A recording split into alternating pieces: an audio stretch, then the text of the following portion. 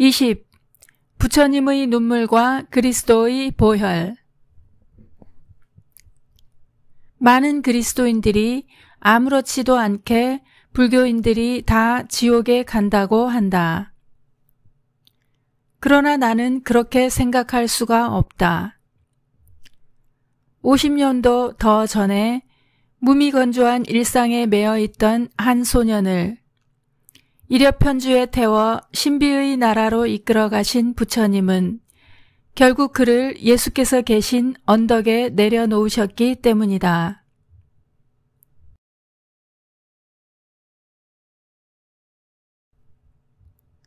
부처님의 가르침의 요체는 고의 원인이 집착임을 깨닫고 걸림없는 자유를 얻는 데 있다.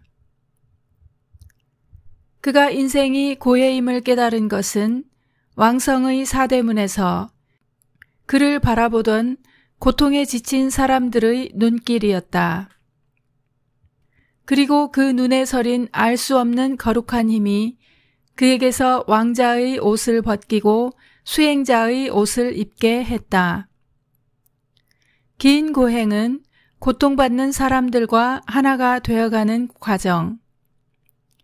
그 끝자락에 마을 처녀가 바친 죽 한 그릇에는 진리의 등불이 출현하기를 바라는 중생들의 염원이 담겨 있었다.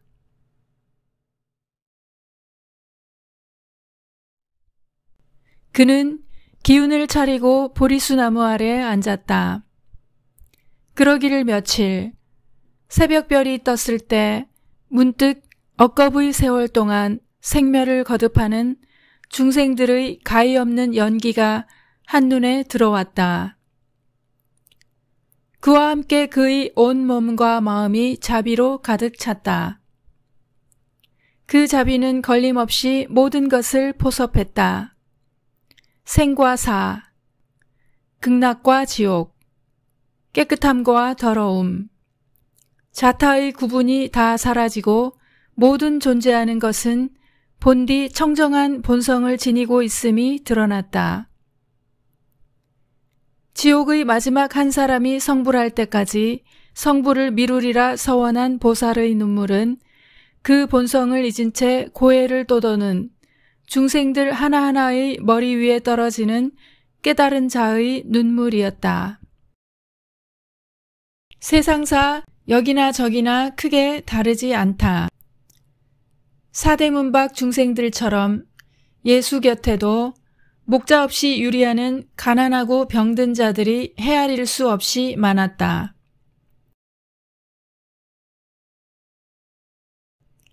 네란자라 강가에서 고행으로 뼈만 남은 고타마에게 100마리 암소 전만 먹여 기른 암송아지의 젖에 극상품 쌀을 넣어 끓인 유미죽을 바친 마을 처녀 수자타는 옥합을 깨어 값비싼 향유를 예수께 부은 여인과 같다.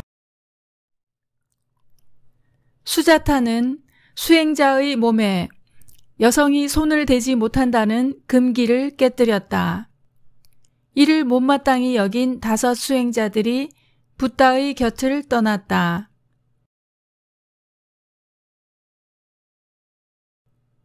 누가는 향유를 부은 여인이 죄를 지은 한 여자라 한다.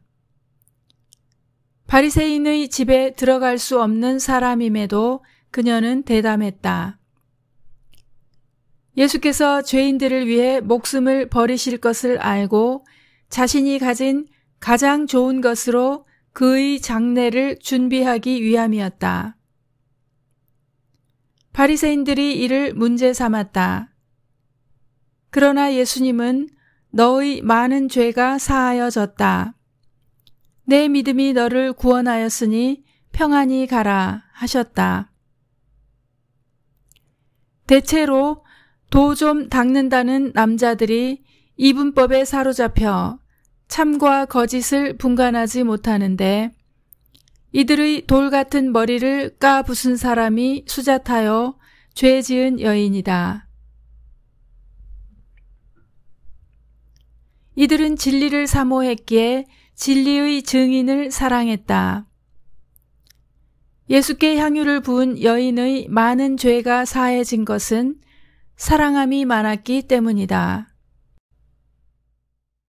이 여인과 수자타, 우물가에서 물 한 바가지를 앞에 놓고 예수님과 얘기를 나누던 사마리아 여인, 엘리야가 몸을 의탁한 사르밧 과부, 이들은 다 진리의 나라에서 함께 살고 있는 사람들이다.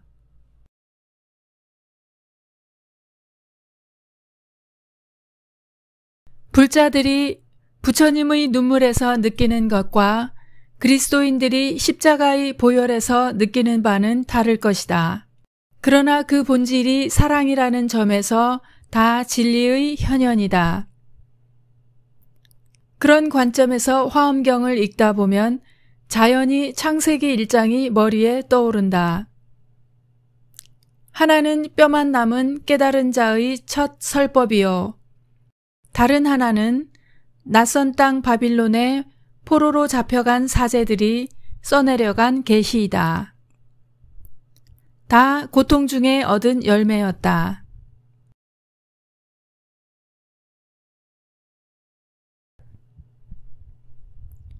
그래서인지 이 세계에는 어둠이 없다. 메시지는 분명하다. 진리의 등불이 켜지면 지옥도 천국이 되고 그 등불이 꺼지면 천국도 지옥이 된다는 것이다.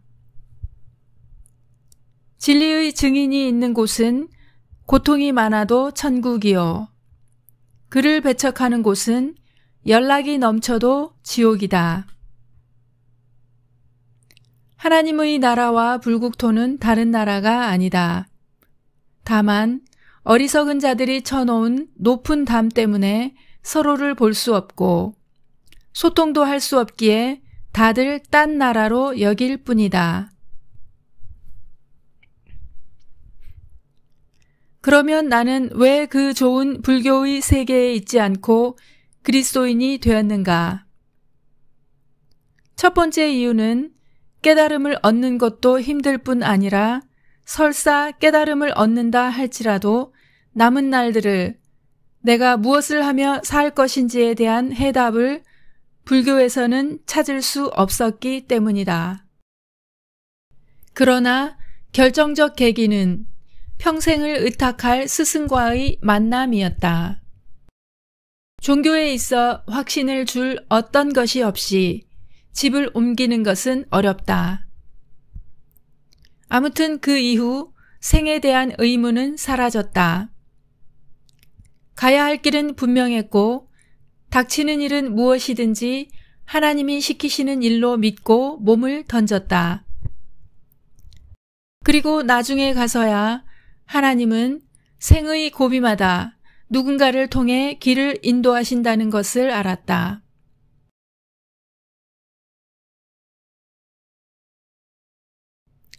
그중 한 사람이 고종사촌 누나이다. 내가 어렸을 때 그 누나는 우리 집에서 살았다.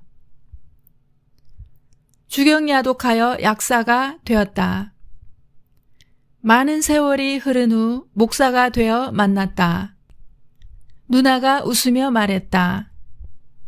그때 내가 목사가 되게 해달라고 열심히 기도했단다. 목사 된 거 보니 너무 기뻐.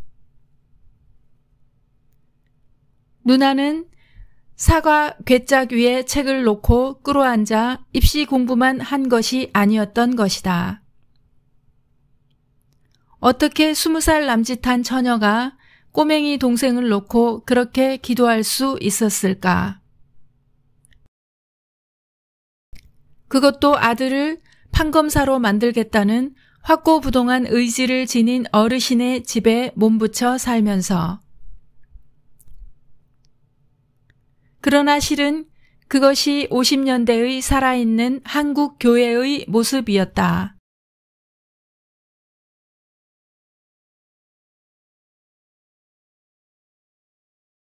그 누나의 오빠도 우리 집에 살았다.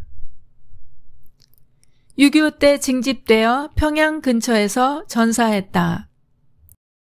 유고를 찾지 못해 이름만 동작동 국립현충원에 새겨져 있다. 입대하던 날 4살 된 나의 바로 윗 형에게 과자 한 봉지를 사주고 떠났다고 한다. 당시 우리 집에는 의무병들이 진주에 있었는데 젊은 군인들이 나를 장난감처럼 데리고 놀았다. 물론 얼굴이 기억날 리 없다. 그러나 현충원의 형님 이름 앞에 서면 그 장면이 눈에 선하게 떠오른다. 언제 죽을지 모르는 젊은이들과 그들의 살아있는 장난감 아기. 그 아기는 국군과 유엔군이 다부동 전투에서 북계군을 격퇴하지 않았다면 존재하지 않았을지도 모른다. 오늘의 나는 내가 만든 게 아니다. 그 중중무진한 인연을 생각하면 내 삶에 연루된 모든 이들을 위해 기도하지 않을 수가 없다. 그러다 보면 기도에는 제한이 없다는 것을 느낄 때가 있다. 홀로코스트와 킬링필드가 떠오르면 거기서 쓰러져간 사람들을 위해 기도한다. 교회는 이런 기도를 탐탁치 않게 여기나 아마도 이는 여전히 내 속에 남아있는 불교의 영향 때문일 것이다.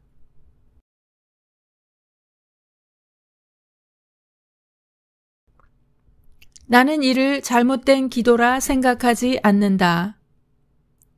모든 사람은 하나님의 것이니 하나님께로 돌아가야 하기 때문이다.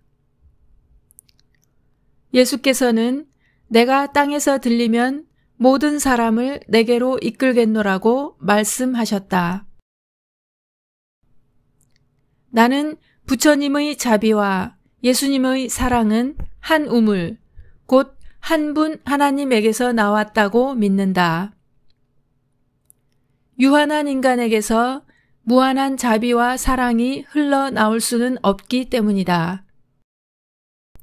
다만 앞에서도 밝혔듯이 깨달음을 우선시하다 보면 길을 잃을 때가 많고 생에 대한 확신을 가지지 못할 가능성도 있다. 이에 비해 예수의 멍에는 쉽고 가벼우며 그가 가리키시는 진리와 생명의 길은 분명하다. 그의 새 계명대로 그가 우리를 사랑하신 것 같이 우리도 사람을 사랑하면 된다. 그러다 보면 교회 바깥에서 수많은 선한 사마리아 사람들을 만난다.